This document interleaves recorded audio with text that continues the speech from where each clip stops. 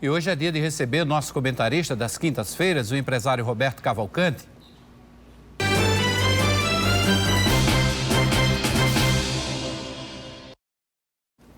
Ex-senador da República, diretor da Confederação Nacional da Indústria, escritor imortal da Academia Paraibana de Letras, com informações sempre privilegiadas, ele traz análises relevantes, presenteando nossos telespectadores. E comigo, como sempre, minha companheira aqui das quintas-feiras, jornalista Lena Guimarães, com quem eu divido aqui esse bate-papo. Então vamos começar. Boa tarde, doutor Roberto. Seja bem-vindo mais uma vez. Boa tarde. Mais uma vez estamos aí prontos para dar sugestões, debater, comentar. Eu estou aqui à disposição dos dois. Lena Guimarães, boa tarde. Boa tarde, Hermes, e boa tarde, doutor Roberto, e todos que nos acompanham nesse horário, que nos dão o privilégio, né, da companhia neste horário. Doutor Roberto, eu queria começar hoje por uma nota triste que nós demos logo no início do programa, a morte do professor Antônio Sobrinho, que era também acadêmico, né? É uma pessoa fantástica. Às vezes o cidadão é fantástico por uma razão. Sobrinho era 360 graus de coisa boa no ser humano, na formação profissional, formado em 5, 6 cursos superiores em Roma, foi um dos primeiros no processo eleitoral que passamos até há pouco tempo na academia a publicamente, reiteradas vezes, confirmar que votava em mim. Eu amigo de meu filho, educou meu filho, Roberto Filho, uma pessoa fantástica. Na verdade, eu estava acompanhando, ele estava num quadro de saúde há quase uma semana, em um estado assim muito difícil, e lamentavelmente nós não poderemos assistir juntos os seus 80 anos. Seria dia 26 agora, ele completaria 80 anos. Deus o levou, sem dúvida, a cumplicidade dele com Deus, por quem ele era, pela sua formação religiosa. Deus o levou porque era o momento certo. Lena Guimarães. Doutor Roberto, o IBOPE divulgou uma nova pesquisa com o índice de confiança dos brasileiros nas instituições. O índice que mudou positivamente, de forma mais significativa, foi justamente a confiança na instituição Presidência da República, que de 35%, né, saltou para 48% com o presidente Jair Bolsonaro, né? É uma surpresa para o senhor? Olha, eu sou do time que torce por um Brasil cada vez melhor. E para que você tenha um Brasil melhor, é automático a necessidade de ter confiança. O empresário tem que ter confiança, o cidadão, o consumidor tem que ter confiança, o servidor público tem que ter confiança, o país precisa ter confiança. Então, o indicador pelo IBOPE, num momento como esse, que é um momento super polarizado, lamentavelmente o Brasil está muito dividido e muito radicalizado. Na hora que nós, num momento como esse, assistimos que a Presidência da República está tendo o maior índice de credibilidade, o maior ganho de credibilidade, é um indicativo muito positivo para nós que estamos vivendo, sobrevivendo desse país chamado Brasil. Pois é, nesse ranking da confiança, né, das instituições que mais merecem a confiança no Brasil, vou destacar os 5 positivos e os 5 negativos para que o senhor possa comentar. Entre os 5, o primeiro, que o maior índice de confiança é o Corpo de Bombeiros. Depois, a Polícia Federal, né? A Polícia Federal que geralmente é muito aplaudida, né, nas ruas, principalmente nos desfiles de 7 de setembro. Mesmo com a campanha de descrédito que é feito com a Polícia Federal. Isso. Existe paralelamente os alcançados, os corruptos, os ladrões alcançados pela Polícia Federal, hoje geram um dessabor, um desagrado e mesmo assim a Polícia Federal se posiciona dessa forma. Parabéns. Em terceiro lugar estão as igrejas. Em quarto lugar, as Forças Armadas. Em quinto lugar, as escolas públicas. Essas são as instituições com o maior índice de confiança do brasileiro, né, que receberam a maior confiança do brasileiro. Agora vamos ao contraponto. As que estão lá no fim dessa lista, o último em confiança dos brasileiros é justamente os partidos políticos, né? Depois dos partidos políticos, nós temos o Congresso Nacional.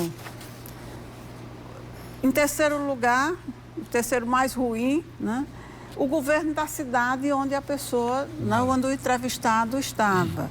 Depois, sindicatos e, em quinto lugar, o sistema público de saúde, né? Essas posições, elas são surpresas também? Eu acho que nem para mim, nem para o telespectador, nós estamos surpreendidos, porque esse ranking mostra, na verdade, afere uma verdade que nós todos sentimos. Os que está aí, os eleitos, os 5 primeiros eleitos como os melhores e os 5 escolhidos eleitos como piores, está na boca do povo. Se você vê o serviço de saúde, realmente, nacionalmente, quem depende de um serviço de saúde público sabe das dificuldades que alcança. Tocante, voltando aí ao item da Polícia Federal, a Polícia Federal, se nós fizermos um levantamento dos últimos anos, todos os dias, o amanhecer do dia, é um noticiário, uma operação X, promovida pela Justiça, promovida pelo Ministério Público, com o suporte da Polícia Federal, está alcançando determinadas facções. Então, eu acho que é nítido para o país que nós estamos mudando. Esse é um país que, a olhos vistos, existe um grupo que tentam destruir aquela tese do quanto pior, melhor. Somos realmente alienados da realidade. Mas a constatação é que há um clima de busca de seriedade, um clima que comportamentalmente o país está mudando. Deus está do nosso lado.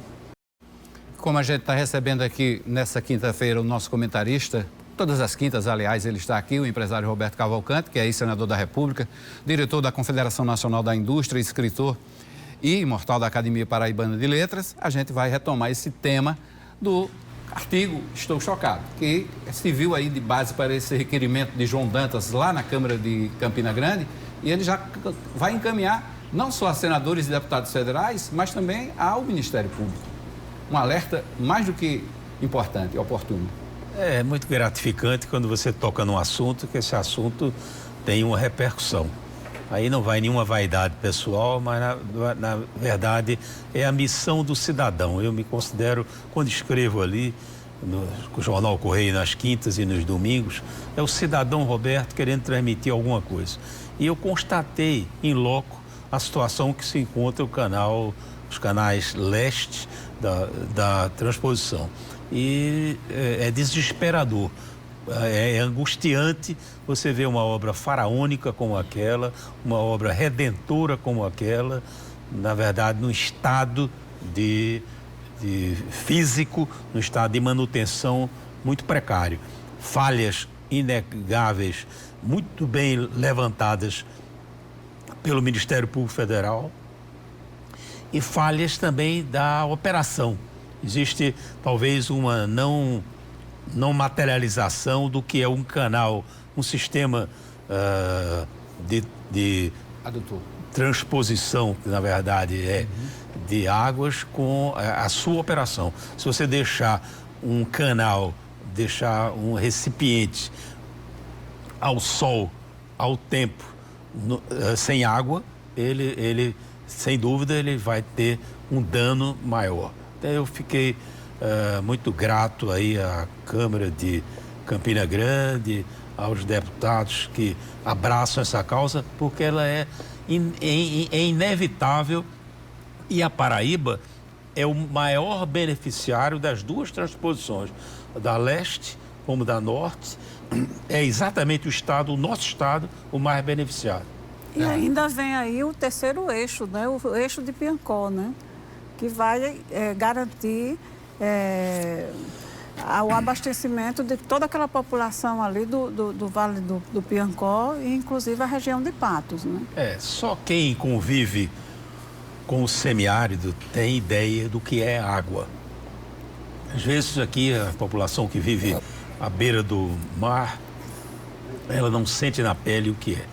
Mas, na verdade, se você se afastar um pouco, na nossa região, 50 quilômetros da beira-mar em diante, você vai ver uma dependência extrema da natureza, no sentido se chove, se não chove.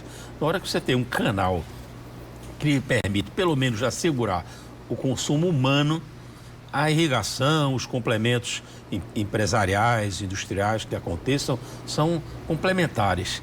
Mas, na verdade, quando você está no semiárido, em determinados momentos, o problema é de sede. É sede do animal, é sede do cidadão. Então, eu acho que é uma prioridade nacional dar ao Nordeste sua viabilidade hídrica. Bom, também, como o senhor disse, é visível depois de 50 quilômetros aqui distante, até pela vegetação a gente percebe, né? Quem sai daqui para Cajazeiras vai vendo a transformação da vegetação conforme a região muda, né? É muito característico isso, e essa dependência da água. E há, nesse trajeto que você falou, até um encaminhamento para uma melhora. A transição, se você, na distância, se você fizer uma viagem a Cajazeiras, Lena aqui é uma especialista. Se você fizer uma viagem a Cajazeiras, você vai ver que até na flange do Planalto da Borborema, você tem uma característica. Aí você pega toda aquela região do Cariri, quando você vai melhorar, quando você se aproxima de Sousa, já está melhor, vamos dizer, ou pelo menos menos ruim. A várzea de Sousa é uma coisa fantástica, é uma coisa que é inacreditável como não está ainda melhor explorada. E tudo depende de água, tudo depende de água. Quero levantar outro tema bem diferente, doutor Roberto, questão da aviação civil. Nós tivemos aí a Avianca com problemas sérios com a justiça, teve a decretação da falência, e apenas 2 grandes operadoras de voo continuam nos aeroportos. Isso traz sérios prejuízos para quem precisa da aviação. O Brasil, lamentavelmente, foi conduzido para fomentar monopólios.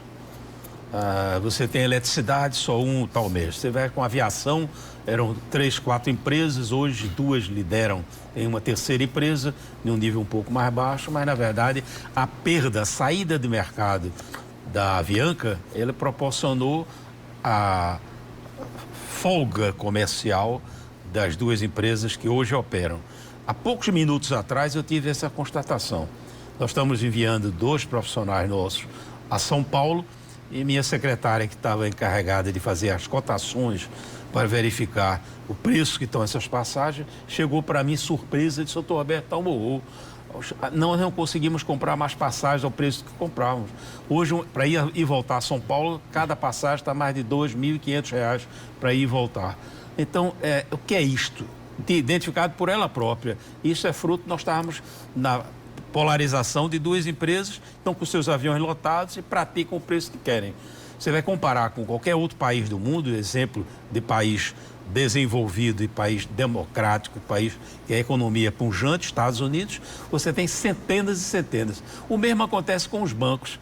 O Brasil, nós pagamos as taxas bancárias que pagamos, porque enquanto nos Estados Unidos ou em outros países você tem centenas de bancos, nos Estados Unidos milhares, no Brasil você tem 4, 5 bancos que detêm mais de 80% do movimento bancário brasileiro. Então isso é um erro. O Brasil precisa se modernizar, o Brasil precisa criar uma liberdade de mercado, acabar as barreiras, tudo para fazer é cartorial. Nós somos cartoriais. Na verdade, isso é uma cultura que vem da nossa colonização, na qual você tem um direito de só você fazer aquela coisa. Aí você, para botar um carimbo, você cobra o que você quiser, por quê? Porque não tem outro que possa botar o carimbo. Verdade. Temos visto isso, inclusive, na publicidade daquelas maquinetas de cartão de crédito e de débito, né? Tem maquineta oferecendo aí taxa zero, custo zero de juro para quem ficar com a maquineta. A concorrência, a livre concorrência. Eu só lamento que o monopólio não funcione na imprensa, na papel imprensa, na imprensa nossa, Correio da Paraíba. Sozinho, o Correio da Paraíba hoje é o único jornal em circulação, fora o Já, que também pertence ao sistema Correio e as nossas dificuldades são as mesmas. Então, eu critico por um lado e assisto pelo outro sem ser beneficiário. Que bom, na verdade, seria se, na verdade, o sistema Correio fosse beneficiado com este seu monopólio de ser exclusivo, onde chego lá fora e perguntam como são os jornais lá na Paraíba. Então, isso, meu amigo, lamentavelmente, porque eu torço por todos, nós só temos nós, Correio da Paraíba. Verdade. Doutor Roberto Cavalcante, muito obrigado mais uma vez pela participação aqui no Correio Debate. Obrigado, privilégio. Na próxima quinta-feira aqui, novamente. Lena Guimarães, terça-feira você está aqui, né? Com certeza. Boa tarde.